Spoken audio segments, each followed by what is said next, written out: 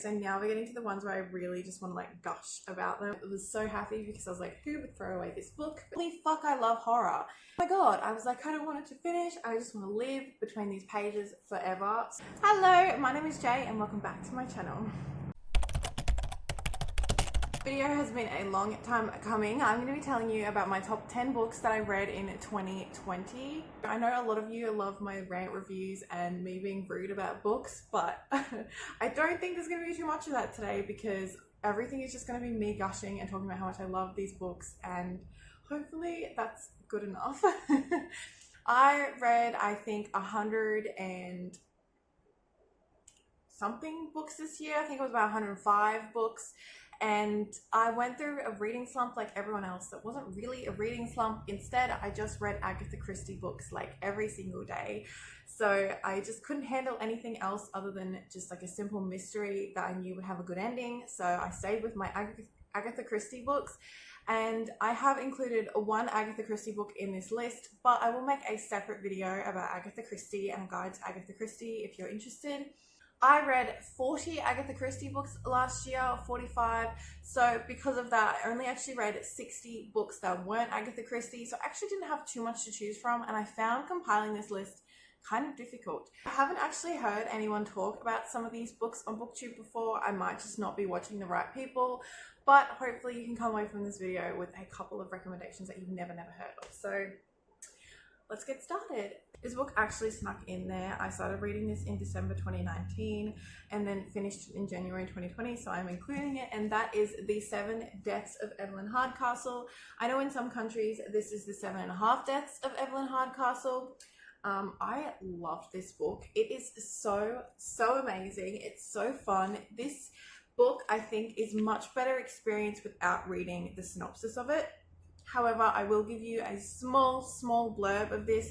So basically, this is a body-hopping, time travel, crime thriller, mystery situation where they are holidaying at this manor, and at the end of the night, someone dies, and your main character has to discover who is the killer so that he can stop this infinite, like, Groundhog Day time loop where he keeps going back to the same day, the beginning of the same day. And each one of the days he is in a new body of one of the guests at this manor. And I absolutely love crime, thriller, mystery, any of that. I think it's all so fun, but I think the genre is so oversaturated at the moment with books that feel very similar to one another. And so I absolutely love this book for the fact of it is just so different to anything I've ever read before, so unique and so interesting. And even if I know a lot of people don't love the ending of this, it wasn't my favorite. However, just reading about this like really interesting kind of unique concept of how someone would like solve a mystery when put in this position, it is so interesting. And Stuart Turton has actually become an auto-buy author for me. I also have The Devil in the Dark Water on my shelf, which I did read, and I think I like this one more. However, I did really enjoy that one as well, and he just always comes out with these really interesting concepts. So I love this book, and I think if you love crime and thriller, this does have a slight fantastical element, but I think like even if you don't usually like fantasy, you can totally just ignore that. It doesn't really make too much of an impact on the book. I would really recommend checking this out just because of how different it is, and it's worth giving a go just to experiencing something new. My number 9 book is going to be Silver in the Wood by Emily Tesh. This book is a novella, and it is about, I always really struggle to explain the plot of this book because it's so short. It's about 75 pages, and I don't want to give too much away. I never want to give too much away because I'm the type of person and reader who really likes to just read things without really knowing too much about the story.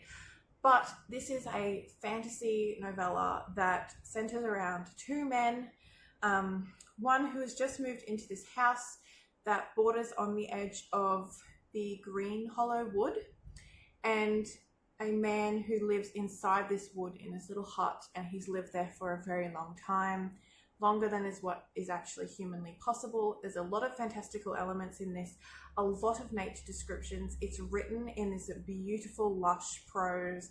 If you're not a purple prose kind of person, it's definitely, I don't think, too hard to get through, but I would say it is a kind of descriptive novel. And I loved this so much. I'm obsessed with nature, nature descriptions, nature fantasy, nature horror, anything like that. I just absolutely love. And I loved this for that fact. And also because of the two characters and the side characters, they're all really unique. They're all really awesome and they're all really cool to read about. They all have distinct personalities that all fit really well with the tapestry of this work. But this so low because I really think that this novel or this novella could have been a lot longer. And I'm not saying that because I think that I just wanted to spend more time with it and it was done so well that I loved it so much. But I do feel like it would have really, really worked a lot better if we had the plot development and character development that happens in the second book was in the first book, and it would make the emotional points hit a lot harder. And there are, for me, some slight pacing issues. I would love to have read this book stretched out into an entire novel, and I do not think it would have been slow or boring. I think that this book didn't hit me quite hard enough because it wasn't the right length. It was too short. However, absolutely love the writing of this. I'm really, really excited to see what Emily Tesh does next. So beautiful, and I do eventually want to buy this book because the cover is so beautiful. It also features a male-male romance, if that's something you're interested in. My top 8 book is Illuminae. This one also snuck in there. It bumped some other book off the list. I can't even remember what it was, but I wasn't feeling my list, and then I read Illuminae, and I adored this book so much from about this point onward, and even at this point I started really enjoying it. However, I almost DNF'd this book, and it was because this portion was so boring to me and dry. So if you don't know, Illuminae is told in a mixed media format. So it comes in the form of files. And so it centers around two teenagers who have just split up, a boy and a girl, and they were in a relationship and they've just split up, and then their colony has been attacked. So they set off on different spaceships and I don't actually know where they're heading, but they're being chased by the people that attacked them. And sounds really, really exciting, and it is. However, the first few sections are all just transcripts of an audio interview, and it's so dry, and it seems to focus quite heavily on the romance, which I found to be the weakest point of this book. If you're not someone that generally likes romance, or you're going into this thinking that it's going to be a romantic book, I wouldn't. I love romance, and I did not like the romance in this. I felt like it was very juvenile and not very well developed. I didn't think that they had a lot of chemistry. However, the actual story in this that doesn't involve the relationship, and the relationship's not really that big of a part of it. It does feature, but it's not really what the book is about. That was my issue with this book, is it starts with this picture that it's going to be romance heavy, and it's not. And I don't think that it should be, because the themes that it explores away from romance are so strong. I haven't read a lot of sci-fi, so I don't know if it's just me that thinks this is awesome, because I actually just love sci-fi. But the themes in this that they have to go into, including like morality and what it means to be human, and the grey decisions and grey kind of areas of decision making and morality. This is so interesting, and I loved it. And the villain in this is one of the most interesting villains I've ever read.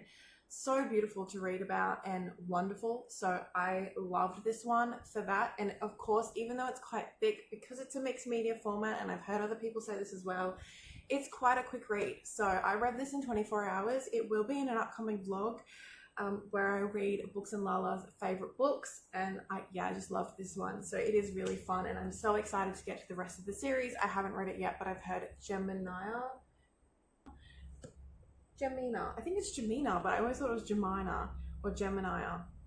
Anyway, I've heard the second book in this series is really good, so I'm very excited to pick that one up. The next book that I want to talk about is A Murder at the Vicarage. I don't own this one either, but it is kind of like the next one I'm going to buy as soon as I stop buying books for a couple months, because I can't stop myself. And that is A Murder at the Vicarage by Agatha Christie. This is the only Agatha Christie I will talk about, just because I absolutely love it so much. This book for me is like a cozy warm cup of tea with a blanket by the fire. That's how it feels. I listened to it 3 times last year just because it's the ultimate comfort read for me now. It's so cozy. It's about a vicar who discovers someone has been murdered in his vicarage in a very small town, and this is the first, I believe, book to feature Miss Marple. And they just go about solving this mystery, and it's just so cozy. Even though there's a murder in it, it's just so warm and fuzzy, and just the small cottage, small village vibes, and the humor in this, it's actually quite like smart and witty and dry, and it just pops in there every now and then. And I think the humor in this one is the best. I know not Agatha Christie is not for everyone, but if you're interested in trying Agatha Christie and your thing is more cozy mysteries and you just want a bit of a comfort read, I'd highly recommend this one. It's so good. Okay, so the next book I want to talk about is The Coconut Children by Vivian Pham, and I believe this one is taking the number 6 spot. I accidentally, well, this is a lovely little find for me because I picked it up because I just loved the cover and I saw it at my library and thought it looked really pretty. The title and the cover appealed to me, and I read the back and figured it was going to be awesome. So I read it and I was so pleasantly surprised, because it's always a bit of a risk when you've never heard of it. But I loved this book so much. This book is set in Australia in the 90s, in a small little suburb, or a small-ish suburb in Sydney or New South Wales, called Cabramatta. And I actually researched Cabramatta, and it has the highest Vietnamese population in Australia. At least it did when this was published. And I don't believe that they still do, but they used to have a very big drug problem. Centers around Sunny and Vince, who actually were friends when they were children. They lived next door to each other, and Vince actually went away to juvie for, I believe, a couple of years, and he's just come back home from juvie. So it centers around them becoming friends again and their family lives, which are both very nuanced, and both have their struggles and their flaws, but ultimately they're both very different. And it was so interesting reading about the different sides of, I suppose, the fence, because they live next door to each other, and the different ways that their families love them and that they take out anger. And it's about intergenerational trauma and living in a lower class, and it's just so interesting. The writing in this is absolutely beautiful as well. Vivian Pham, I believe, is like 21 or something when she wrote this. It's only just recently come out, but it's absolutely beautiful, and there's some sections in here that I think are stunning.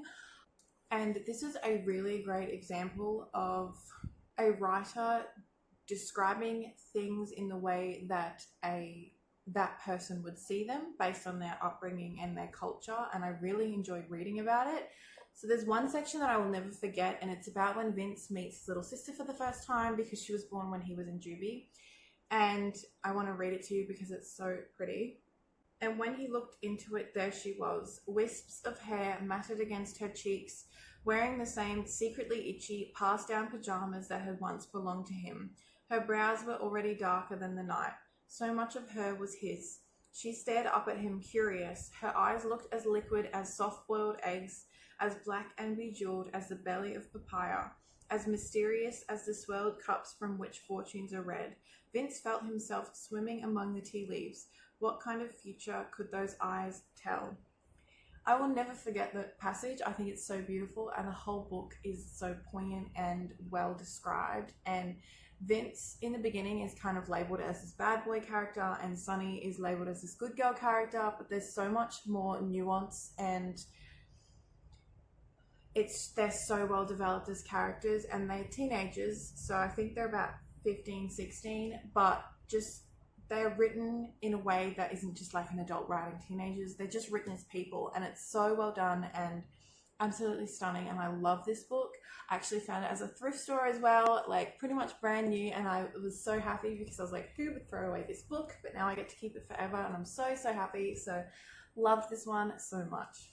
So the next book I'm going to be talking about, and my number 5 spot, is taken up by Girls with Sharp Sticks by Suzanne Young. I also got really lucky with this book, and it was a bit of a surprise find. I had vaguely heard of this but hadn't really heard very good things about it, or hadn't really heard much about it at all. And this was also on loan from my library as an audiobook, and I just kind of wanted to pick something, and this kind of appealed to me, and I'm so glad I read this. It is so good. I have a bit of a gripe with the ending because I don't think it matches the subtlety that it carries in the beginning, but this book is, I would consider this a horror, a teen horror. It's definitely a YA book and it reads like a YA book. However, I felt like there was such a nuance and a subtlety in the way that the themes of this book are discussed. So this book is about Philomena, who goes to a school, it's a boarding school called Innovations Academy. It's all girls, and it's all about, the school kind of focuses on making them into proper young ladies, basically. And it's much like a finishing school. And at first, everything seems lovely and very much, she feels a lot of love for her friends, and so it seems like everything is okay, but very quickly you discover there's something not right here. And the one thing that I loved about this book as well is you are discovering everything with Mina, like exactly at the same time.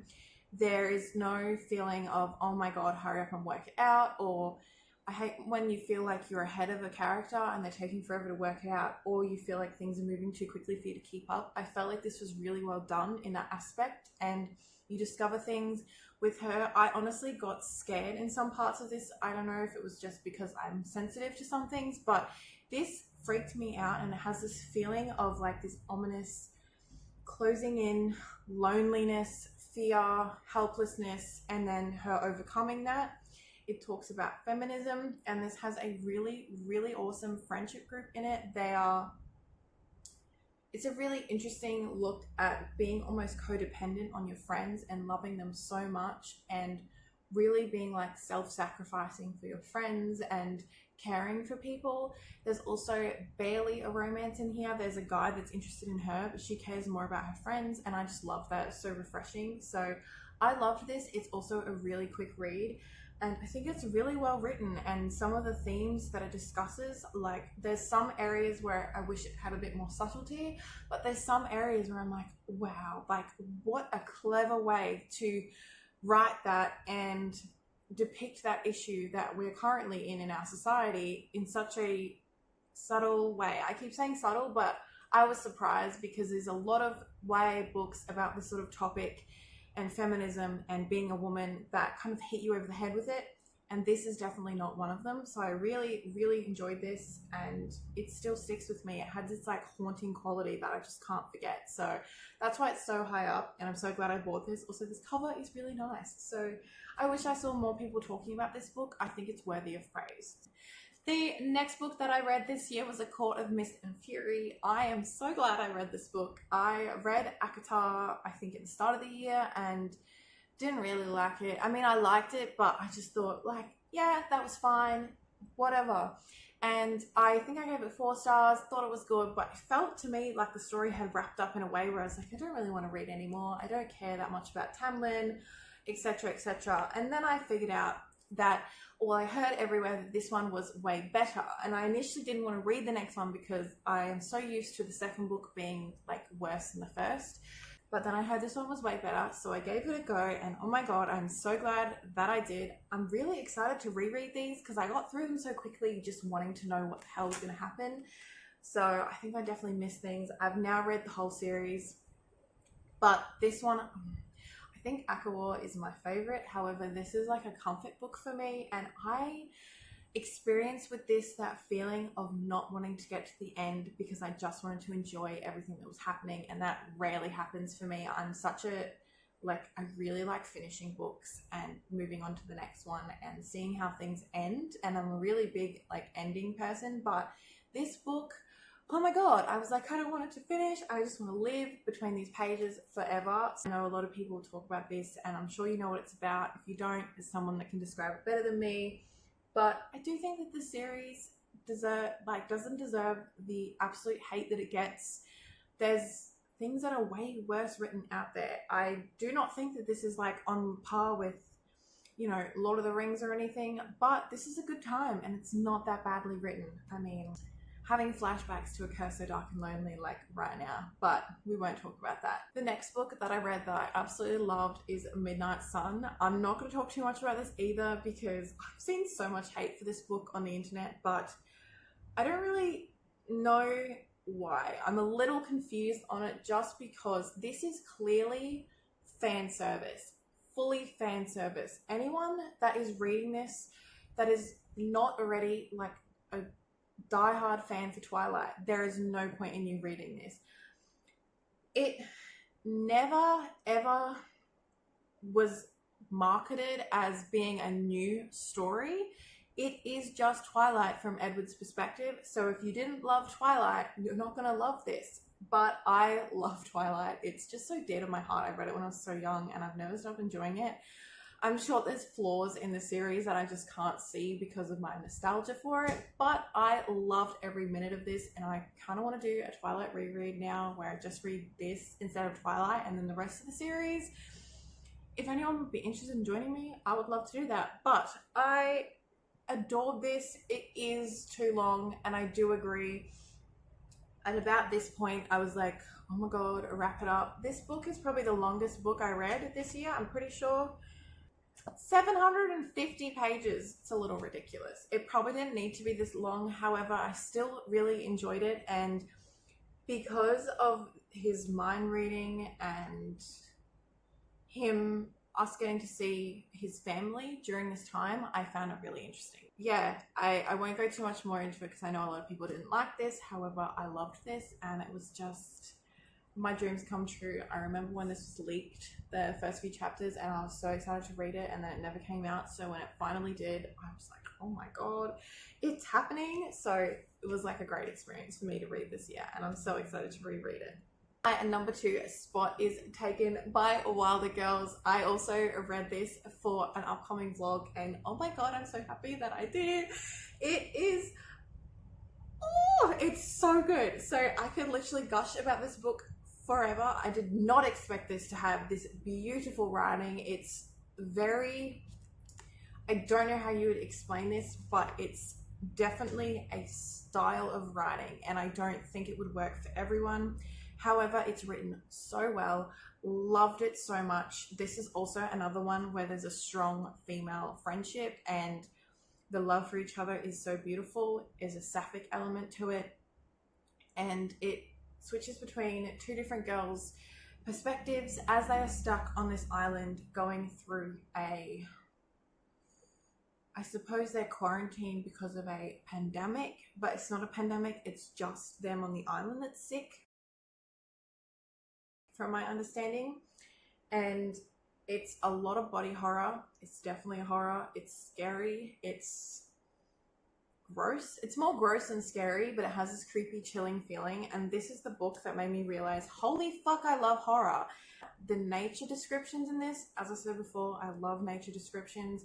The emotions that I felt when I read this, there's a part in this that happens, and it's so, I felt everything with the character that was narrating, and it was so well done. The writing was just really good, and I'm so excited to read Burn Our Bodies Down. I know everyone doesn't like that one as much as this one, but I am just so excited to read more Rory Power because I love the way she writes. So the last book that I'm going to be talking about is Bunny by Mona Awad. This is my top favorite book of the year. I love this so much, as you can see by the smile on my face. This blew me out of the water. I of course read this because of Books and Lala, and oh, how stunning is this cover? It is just so good. It is weird, but I was expecting it to be weird in a way that didn't quite make sense, and I like weird things, as you saw with The 7 Deaths of Evelyn Hardcastle. I love anything that kind of goes out of the box and does something new, but I was a little scared that this wouldn't make sense.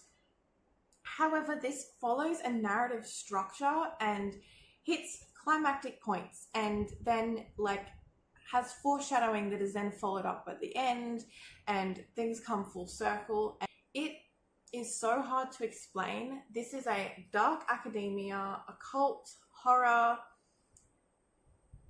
Basically, this follows Samantha, who is at a university for writing, and she goes to writing class, and the only other people in her writing, I think it's like a critique group sort of thing, are these girls, these 4 girls who are in this group called Bunnies, or the Bunnies, or they call each other Bunny, and they're almost like a cult.